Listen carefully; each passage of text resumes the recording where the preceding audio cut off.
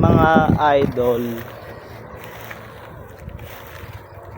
ito pa rin po yung Batangas, fresh pa rin, malamig,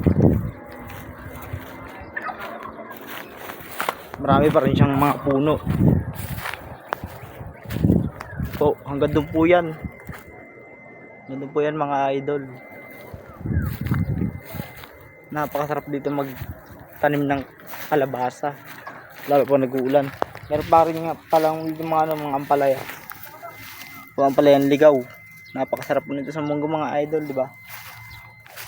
Mindoro, gigisa mo lang siya mga idol. Lalo pang nag-ulan, pag umulan siya mga idol, tataba to. Ay may mga bunga pa siya.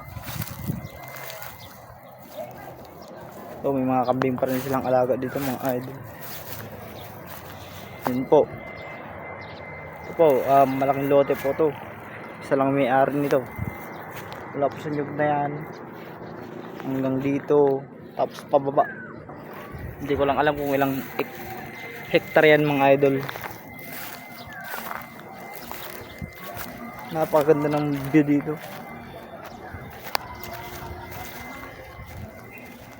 Kaya lang ako nagandaan dito mga idol kasi nature lover tayo eh.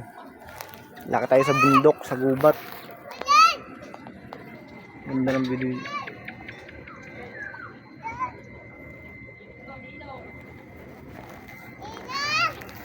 Doon po, puro manggahan. Pero wala siyang yung may-ari niyan mga idol sa ibang bansa. Bagay doon na sila nanirahan. Kaya yung mga mangga ang dami, napakarami mga idol.